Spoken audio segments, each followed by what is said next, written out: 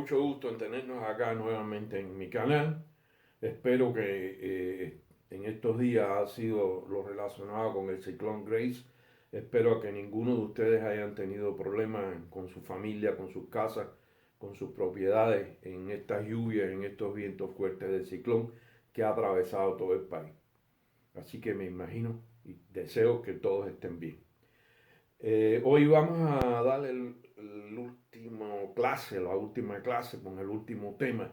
relacionado con el por qué se ensucian las calderas. Hay que decir que igualmente que se ensucian las calderas, pues se han desarrollado métodos para atenuar este efecto de ensuciamiento y corrosión en las calderas. Hay varios puntos que vamos a tocar en la clase específicamente relacionado con los 5 aspectos de trabajo que permiten controlar y atenuar, porque no podemos decir que eliminar totalmente, pero sí atenuar lo que está relacionado con el ensuciamiento y la corrosión por alta y baja temperatura en las calderas. En primer lugar, no podemos hablar o sea, estamos hablando de la selección de los materiales que son importantes, pero cuando uno recibe una caldera, esa caldera ha sido construida según diseño de fabricante. Pero en los procesos de reparación pueden cambiarse partes, pueden reconstruirse partes, pueden reforzarse algunas partes, pueden cambiarse tubos, etcétera. Y aquí lo importante es que los materiales que se utilicen sean los mismos materiales de diseño de la caldera y no otros materiales que puedan sufrir de efectos corrosivos o de debilidad termomecánica por calentamiento que pueda provocar falla en el funcionamiento de la caldera. Ese es uno de los aspectos importantes que hay que tener en cuenta. El segundo aspecto importante está relacionado con las medidas de explotación. Para que la caldera trabaje bien y el ensuciamiento sea el menor posible, hay 3 factores que deben tenerse en cuenta. Debe trabajarse con el oxígeno adecuado. Y fíjense que estoy diciendo con el oxígeno libre, no me estoy refiriendo al oxígeno. Sabemos que en la caldera hay un aire primario y un aire secundario. El 21% de ese aire que entra es oxígeno. Ese oxígeno es el que participa en la combustión y siempre va a haber lo que se conoce en las calderas como oxígeno libre, que es una cantidad de oxígeno que no participa en el proceso de las reacciones con los óxidos metálicos y con los sulfatos que hay en la caldera. Hay que tener en cuenta que, repito, he dicho el oxígeno libre adecuado. Cuando se trabaja con oxígeno libre muy bajo, los problemas de ensuciamiento pueden venir por los inquemados de carbón y por la mala combustión. Hollín, ensuciamiento de cenizas, pero de carbonos inquemados, ese tipo de cenizas de partículas negras que se depositan y provocan ensuciamiento, aunque quizás no tanta corrosión, pero sí provocan un ensuciamiento importante en la caldera. Y si trabajamos con un oxígeno libre muy alto, está claro que lo que nos va a suceder es que entonces vamos a tener corrosión básicamente por baja temperatura, además de que los componentes metálicos del combustible van a poder reaccionar completamente porque van a tener todo el oxígeno necesario para provocar la reacción que provocan, o sea, para llevar a cabo las reacciones que provocan el ensuciamiento o la corrosión en la caldera. Y por último, en este tema quiero decir que hay que cuidar mucho las infiltraciones de aire, sobre todo en las calderas de tiro balanceado. De manera tal que el oxígeno libre que quede después del proceso de combustión puede ser adecuado. Pero si hay infiltración en las calderas de tiro balanceado, este oxígeno libre a medida que va avanzando el flujo de gas en la caldera va a ir creciendo y va a ser el caldo cultivo para la formación del ácido sulfúrico, porque este oxígeno libre de hecho trae la humedad del aire exterior de la caldera, que en ocasiones, depende de la época del año, puede ser una humedad relativa bastante significativa, y esto facilita la corrosión en la caldera. La otra medida son las medidas adecuadas con el combustible. O sea, debemos tratar de que se use un combustible adecuado. No siempre es posible. Aquí hay un factor económico muy importante, hay un factor de disponibilidad muy importante. Conozco de lugares donde por razones de disponibilidad y por razones económicas que se lían, han tenido que trabajar con combustibles de muy mala calidad. Los conozco que han trabajado hasta con 6 y 7% de azufre, con 20 y 21% de asfalteno, vanadio de 300 y 400 partes por millón, azufre del 5% y más también. Y eso es un combustible muy malo y hay que esperar que eso va a producir corrosión. Pero una medida paliativa puede ser la mezcla de esos combustibles con otros combustibles más ligeros en determinadas proporciones para ajustar un poco sus propiedades y mejorar el trabajo de las mismas. Ahora, también se pueden hacer dos cosas, o sea, una que es asegurar que la temperatura de calentamiento, la precalentamiento del combustible para llegar a los quemadores sea el adecuado. Y esto es muy importante porque si el precalentamiento no es muy bueno, la calidad de la combustión va a ser pésima. Y algo que no dije en el punto anterior, pero que digamos que está en la frontera entre uno y otro, es el trabajo del quemador. Un quemador sucio, un quemador inadecuado, un quemador que aunque sea muy buena su calidad, con los orificios de atomización que estén distorsionados, que ya no sean agujeros cilíndricos o circulares, totalmente, sino que ya estén deformados, que sean ovalados, pues pueden provocar distorsión de chorros de combustible y una muy mala calidad de combustión con consecuencias negativas en el proceso de ensuciamiento de la caldera. Y por último, el uso de aditivos. Los aditivos que se han utilizado a lo largo del tiempo, van a ver en el video, son aditivos base magnesio, son los más económicos, son los más abundantes, además son los menos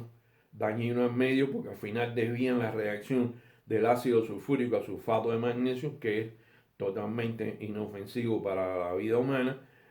y pueden formar entonces vanadatos de magnesio, etcétera, etcétera. Lo van a ver porque vamos a poner en el video, está puesto el Prodialcal en 3 sistemas vitales. O sea, el Prodialcal en el sistema vanadio, magnesio, sodio, vanadio, magnesio y hierro, vanadio, magnesio, donde vamos a ver cómo la cantidad de magnesio que se aplique influye de manera significativa en el punto de fusión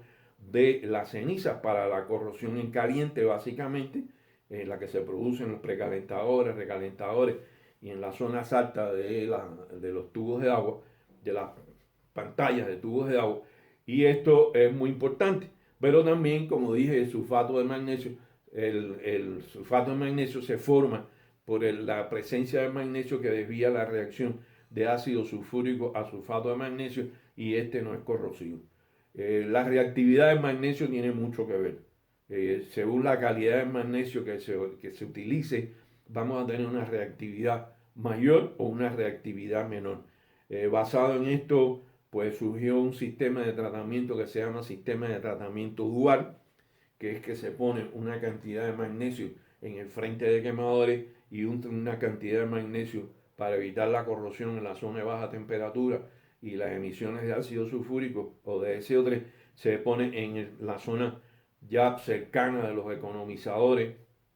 o pasando los economizadores, de manera tal que entonces la cantidad de ácido sulfúrico que se forme sea menor, repito, porque se desvía a sulfato de magnesio. He conocido de que algunas instituciones, algunas personas han estado ensayando y probando óxido de calcio. Puede ser un pasivante de la corrosión, como puede decirse, pero el óxido de calcio tiene complicaciones, puede tener algunas implicaciones si no se toman las medidas adecuadas con la salud de las personas que trabajan en la zona. Los aditivos pues se han desarrollado en 3 vías, o sea, lo que son organometálicos, que es una molécula en la cual el magnesio está integrada, tiene la limitación de que no puede llegar más allá de 120 gramos por litro de magnesio, litro de aditivo me refiero. Tenemos los slurry que han podido llegar a 300, 400 y hasta 500 gramos por litro de aditivo de magnesio. Y tenemos, como digo, el polvo de magnesio, pero indiscutiblemente que en la manipulación y en la aplicación es difícil trabajar con polvo, aunque es posible, técnicamente es totalmente posible, pero presenta esa dificultad. Todo eso lo vamos a ver en el video de hoy y espero que les dé la satisfacción necesaria para poder entender lo que expresamos sobre la forma de atenuar la corrosión en las calderas para que no se ensucien y para que los puntos de fusión de la ceniza sean modificados y la corrosión sea más baja.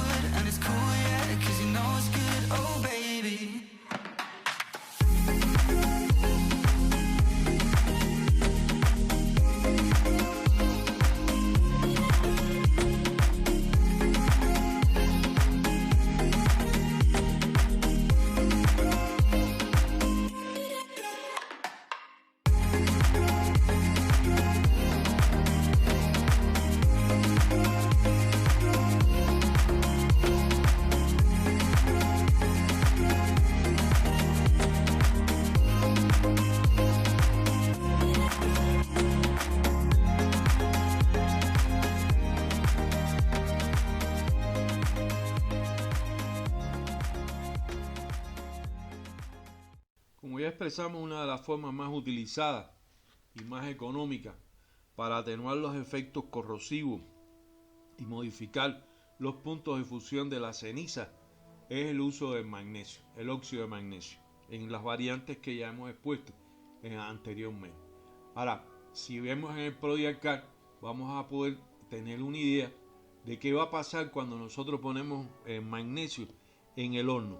O sea, habíamos hablado de que teníamos dos formas de aplicación, un sistema dual y un sistema que se aplicaba el magnesio en el horno al momento de la inyección del combustible. Estamos analizando aquí cuando ponemos el magnesio en el horno a la inyección del combustible. ¿Por qué? Porque hay una cantidad de azufre que se va a convertir en SO3 en las condiciones del horno. No es la mayor cantidad de SO3 que se va a formar, pero es una cantidad importante. Y si nosotros podemos aprovechar la reacción de ese SO3 con el magnesio en el horno, pues podemos tener entonces la formación de sulfatos de magnesio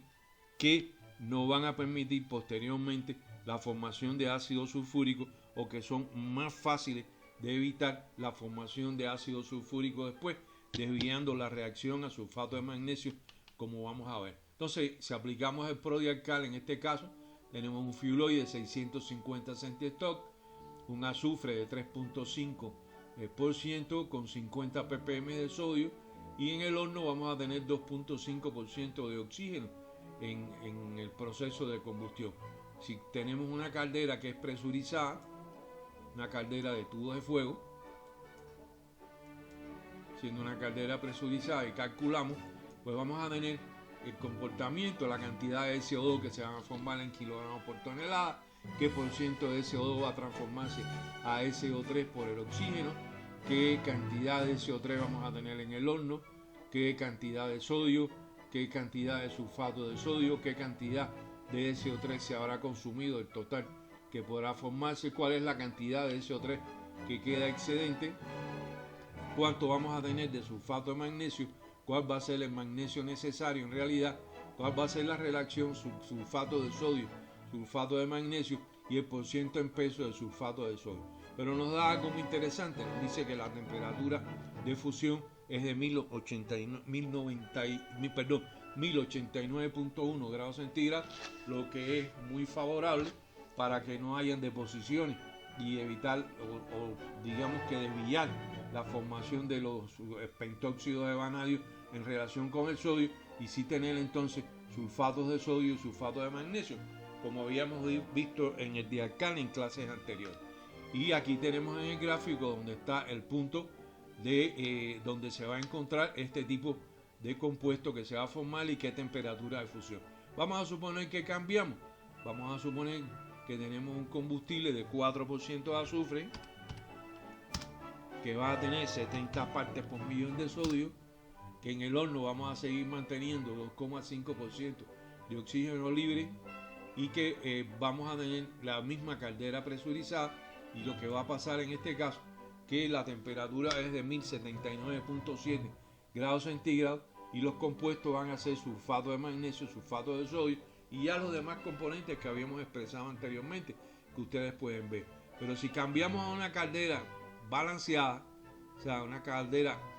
con tiro forzado y tiro inducido y calculamos en esas mismas condiciones, vamos a ver que cambia y que la temperatura de fusión, aunque sigue siendo alta, ya disminuyó y que vamos a tener dos sulfato de magnesio y sulfato de sodio y que el punto en el gráfico cambia. Con esto podemos diagnosticar o pronosticar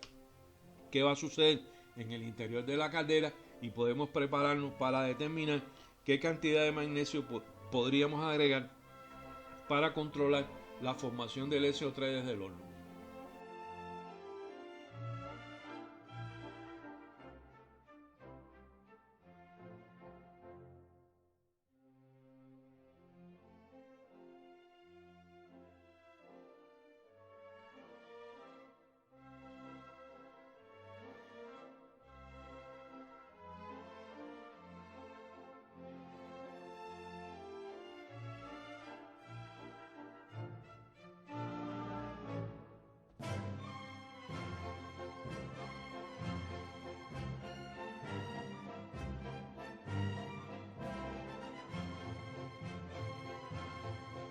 El otro sistema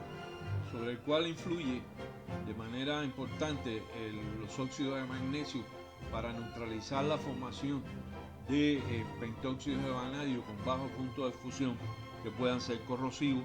o la combinación de pentóxido de vanadio con sulfato de sodio sin que nada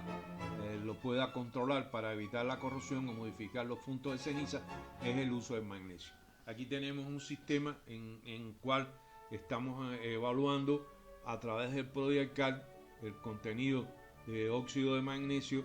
y de pentóxido de vanadio a partir del contenido de vanadio en el combustible y el magnesio que vamos a aplicar. Seguimos con el mismo ejemplo, tenemos un combustible de 650 centistock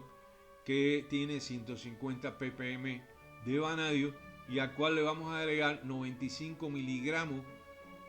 de magnesio por litro de fuel oil. Si calculamos entonces,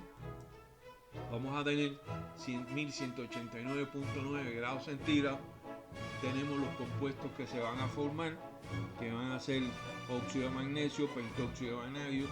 de 3 óxido de magnesio, pentóxido de vanadio, con temperatura de fusión de 946.5 grados centígrados, 3 MgO con pentóxido de vanadio en estado sólido a 1170 grados centígrados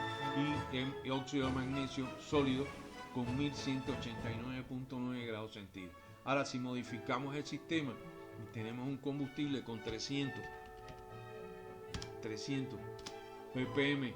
de vanadio y le ponemos, en vez de 95, le ponemos 70 miligramos de magnesio por litro de fuel oil, vamos a ver que el comportamiento es completamente diferente y la temperatura de fusión baja a 1052.3 grados centígrados, que en el gráfico el punto baja a esa misma temperatura, está indicado muy claramente el tipo de compuesto que se va a formar, y entonces vamos a tener los compuestos que habíamos visto antes: óxido de magnesio, pentóxido de vanadio, 2 óxidos de magnesio más pentóxido de vanadio, pero que ya el punto de fusión va a ser de 777 grados centígrados, y 2 magnesio más B2 más pentóxido de vanadio con estado sólido a 946.5 grados centígrados, y 3 MgO más pentóxido de vanadio en estado sólido a 1052 grados centígrados. Esto nos está diciendo aquí muy claramente que para controlar el vanadio o el pentóxido de vanadio que se va a formar, nosotros podemos determinar qué cantidad de magnesio vamos a agregar, buscando que los puntos de fusión sean los más convenientes para evitar la deposición de ceniza en la zona de alta temperatura.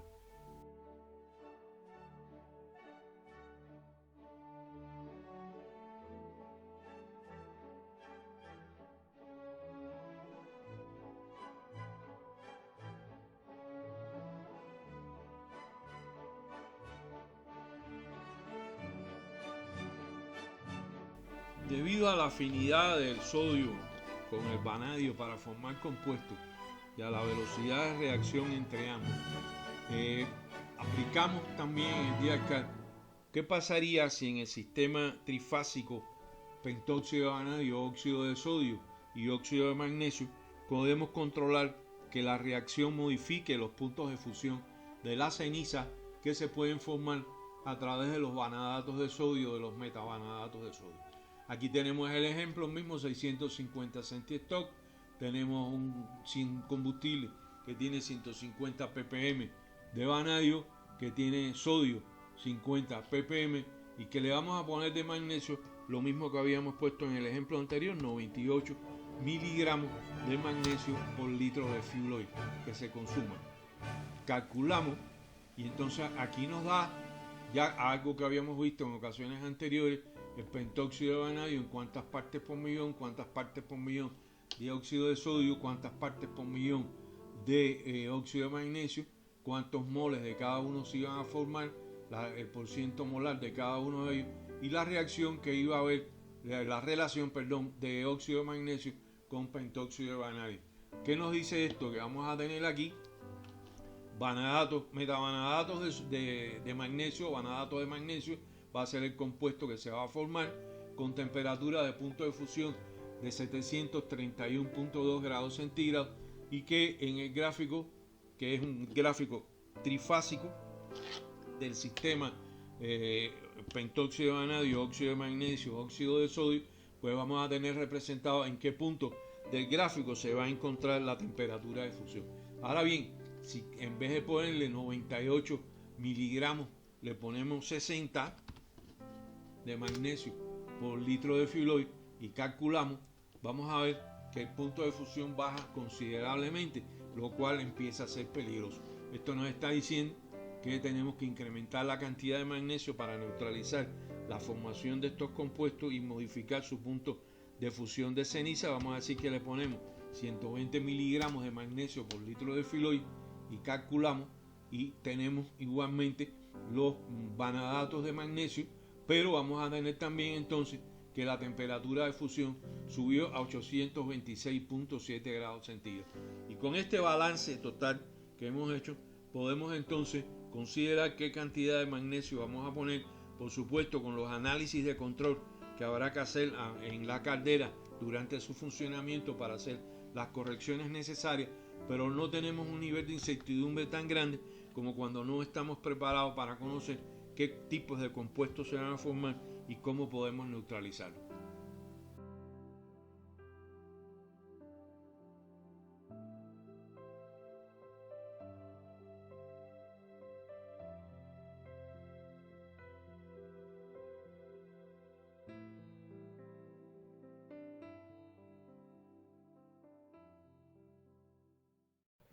Hasta aquí la clase de hoy y la última clase del tema o del curso ¿Por qué se ensucian las calderas? Espero que el curso completo les haya sido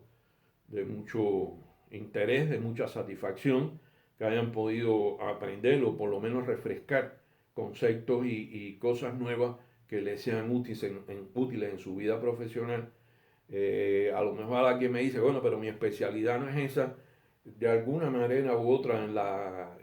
hoy en día en la industria y en las tecnologías de aplicación de la energía, pues todas estas cosas, las calderas son inevitables, los calentadores son inevitables, los hornos son inevitables y todos estos problemas se presentan a la vez que se utilizan combustibles pesados, que son los más económicos y los más viables de utilizar en este tipo de instalaciones. Para mí ha sido un placer tenerlos en este curso. Espero que todos estén muy bien. Nos preparamos para el próximo curso que va a ser los afartenos específicamente. Cuando traté el curso de motores de combustión interna y el curso de investigación científico-técnica, una visión integral y pragmática, tocamos el tema de los afartenos un poco más aplicado a la práctica. O en este curso que viene ahora vamos a tocar el tema de los afartenos de manera única y específica y espero que les sea útil porque vamos a incluir en eso las formas de medir la estabilidad de los afartenos, que es uno de los problemas más grandes que se presentan, aunque no se dice y no se conoce en muchos casos, pero es uno de los problemas más grandes que se presentan en los sistemas de tratamiento de crudo, en las instalaciones de superficie, incluso en los pozos y en la utilización de los combustibles pesados a lo largo de todo el sistema, desde el pozo hasta el consumidor. Mucho gusto en tenerlos aquí. Manito para arriba si les pareció bien, manito para abajo si no les pareció bien. Inscríbanse al curso, para mí es un placer tenerlos acá y espero poder vernos en el curso de Afartenos. Para todos un abrazo y mis mejores deseos. Hasta la vista.